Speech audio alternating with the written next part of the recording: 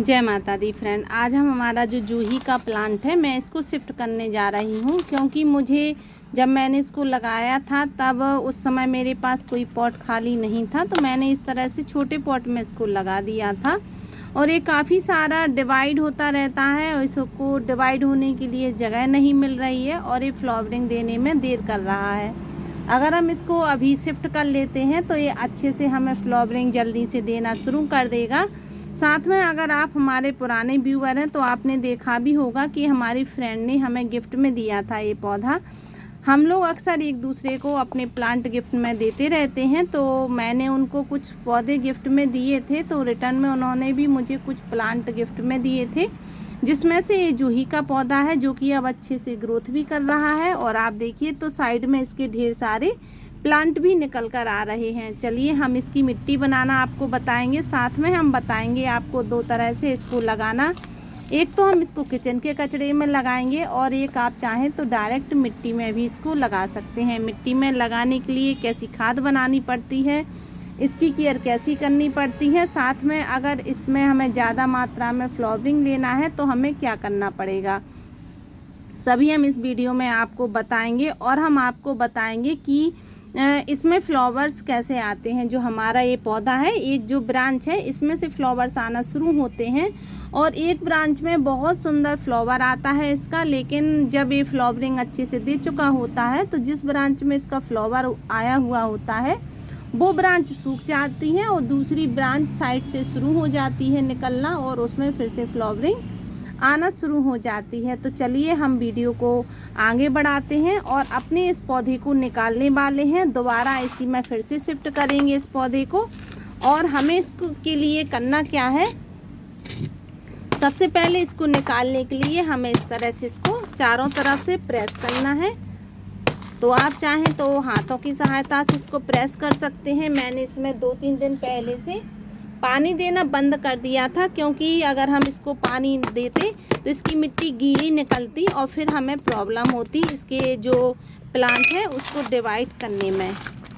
चलिए हम इसको हटाते हैं। पहले आप देखिए मैंने अपना ये पौधा निकाल लिया है और मुझे बहुत अच्छा गिफ्ट मिला है इसमें। देखिए मैं सोच रही थी कि केवल 2 प्लांट ही हैं इसके साथ में, और आप देखिए कितने सारे बेबी प्लांट हैं इसमें। एक है इधर और एक इधर है, एक इधर है।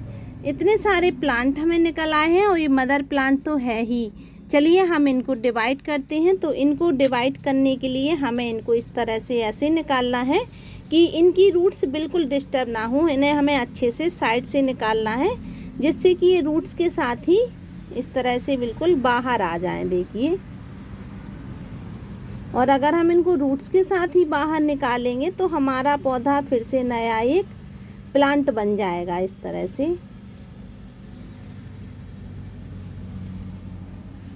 और हमने इसको निकाल लिया है और देखिए इसकी रूट्स इसके साथ ही बाहर आई हुई हैं। तो इस तरह से हमें इनको सभी को निकाल लेना है। और आप देखिए तो मुझे इसके 3 बेबी प्लांट मिले हैं इस तरह से, और एक हमारा ये मदर प्लांट है जिसकी आप देखिए रूट्स कितनी अच्छी हैं और इतनी अच्छी इसकी रूट्स हैं कि जब ये ग्रो होगा, जब इसमें फ्लावरिंग आएगी तो इसमें एक तो ढेर सारे प्लांट बनेंगे, अभी और ज़्यादा प्लांट देगा हमें ये बना के, और साथ में इसमें बहुत अच्छी फ्लावरिंग आने वाली है। इसका क्राउन देखिए आप, इधर क्राउन से ही इसमें फ्लावर्स बनते हैं और बहुत अच्छा है। जब ये हमारे पास आया था जब इसी तरीके से था, इस तरह से छोटा सा, और इसने अब इतना रूप ले लिया है और करीब 6 महीने ही हुए हैं। बारिश में ये आया हुआ था और अच्छी ग्रोथ है। अब हम इसकी मिट्टी अच्छी तैयार करनी है, तो सबसे पहले हम इसकी मिट्टी तैयार करेंगे। तो इसकी मिट्टी तैयार करने के लिए पहले हमें कुछ चीज़ें मिलानी पड़ेंगी। तो इसमें हम मिलाएंगे अपने थोड़ा किचन कंपोस्ट की जो हमारी मिट्टी है वो हम मिलाएंगे, क्योंकि हमें इसे 2-3 जो है पॉट्स में खाली करना है। इस वजह से हम इसमें थोड़ी सी अपनी जो हमारी किचन कंपोस्ट की हम मिट्टी बनाकर रखते हैं उसको कुछ मिला लेंगे। उसके बाद इसमें फ्लावरिंग अच्छी आए, तो फ्लावरिंग अच्छी लेने के लिए हमें थोड़ी सी गोबर की खाद मिलानी है इसमें। और अगर आपके पास गोबर की खाद नहीं है तो जो कंडे उपले होते हैं उनका आप चूर्ण बनाकर उसको मिला सकते हैं। और ज़्यादा फ्लावरिंग के लिए इसमें हमें चाहिए थोड़ी सी सरसों की खल। सरसों की खल से इसमें और अच्छी फ्लावरिंग रहेगी और इस पौधे को सरसों की खल बहुत ज़्यादा पसंद होती है, इसलिए देखिए हमने इसमें थोड़ी सी मात्रा सरसों की खल की ली है। आप चाहें तो छोटे छोटे से पीस भी कर सकते हैं इसके, और अगर नहीं चाहें तो इस तरह से भी आप इनको मिला दीजिए। ये जब जैसे ही पानी पड़ेगा इसमें तो ये अपने आप अच्छे से गल जाएंगे। ये हमने इनको अच्छे से मिला लिया है इस मिट्टी को।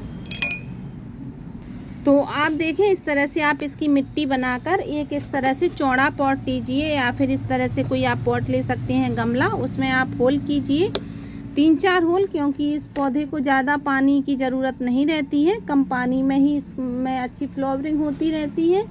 और इस तरह से आप मिट्टी तैयार कर कर इस पौधे को लगा सकते हैं। लेकिन अगर आपके पास खाद नहीं है और मिट्टी नहीं है तो आप ये पौधा कैसे लगाएं। तो आप देखिए जैसे कि इनकी कुछ रूट्स भी निकली हैं। हमारा जो किचन का कचरा है उसमें कुछ मोटे पार्ट्स भी रह जाते हैं, सभी नहीं गलते हैं।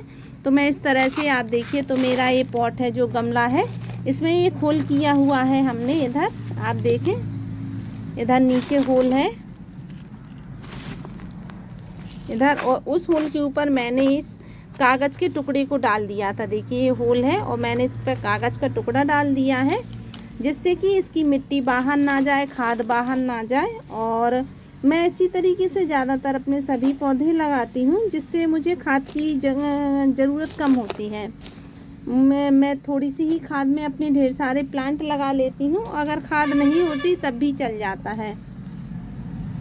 और आप इस तरह से जब इसमें खाद भर चुके, मिट्टी कचरा भर चुके, थोड़ी सी आपको मिट्टी की एक लेयर लगानी है। उसके बाद कुछ आप इस तरह से कागज़ के टुकड़े, गत्ते कुछ इस तरह से आप इनको रख दीजिए, इनको अच्छे से दबा दीजिए। इसके ऊपर फिर से आपको मिट्टी लगानी है इस तरह से। और जो हमारा मदर प्लांट है इसको ज़्यादा ज़रूरत है ज़्यादा स्पेस की, और देखने में भी बहुत सुंदर लगता है। ये देखिए बहुत सुंदर लगता है। अब हम इसके चारों तरफ मिट्टी की एक लेयर लगानी है, इतनी लेयर लगानी है, इधर तक लेयर लगानी है। आप देखिए मैंने इन चारों को शिफ्ट कर दिया है। और मेरे पास एक पॉट था, तो बड़ा पॉट था पर मिट्टी नहीं थी, इसलिए मैंने इसको 2 को इसी में शिफ्ट कर दिया है। छोटे से प्लांट हैं ये, जब ये बड़े हो जाएंगे, इनकी बेबी प्लांट निकलेंगे तो फिर मैं इनको शिफ्ट कर दूंगी। अभी मैंने इनको 3 जगह शिफ्ट कर दिया है और अब हमें 3 जगह इसमें से फ्लावरिंग मिलेगी। जब आप इनको शिफ्ट कर चुके हैं तो इसमें अच्छे से आप फुल वाटरिंग कर दें और आप इनको फुल सनलाइट में रखिए आप। लेकिन आप देखें जहाँ बहुत ज़्यादा तेज़ धूप लगती है उधर अगर आप रखते हैं इनको तो इनकी पत्तियाँ गलने लगती हैं, इसलिए आप ऐसी जगह पर रखिए जहाँ पूरे दिन की जो है छनका सनलाइट मिलती हो, या फिर डायरेक्ट धूप ना मिलती हो, आती जाती धूप मिलती हो, या फिर ऐसी अगर डायरेक्ट धूप में आप रख रहे हैं तो ऐसी जगह पर रखें जहाँ करीब केवल 2 घंटे की ही धूप लगती हो। इस तरह से अगर आप इसको छाया वाली जगह पर रखते हैं, ज़्यादा तेज़ धूप में नहीं रखते, केवल 1-2 घंटे की ही धूप इन पौधों को मिलती है, तो ये बहुत अच्छे से ग्रो होते हैं, बहुत अच्छी इसमें फ्लावरिंग भी आपको देखने के लिए मिलती है। और आप देखें जब इसमें फ्लावर्स आना शुरू हो जाए तो फिर आप इसमें लिक्विड कंपोस्ट का यूज कर सकते हैं। लिक्विड कंपोस्ट में आप कोई भी एक कंपोस्ट का यूज कीजिए। अगर आपके पास किचन कंपोस्ट की आप लिक्विड बनाते हैं तो उसका यूज आप हर 8 दिन में कीजिए, फिर आप देखेंगे इसमें ढेर सारे आपको फ्लावर्स देखने के लिए मिलेंगे।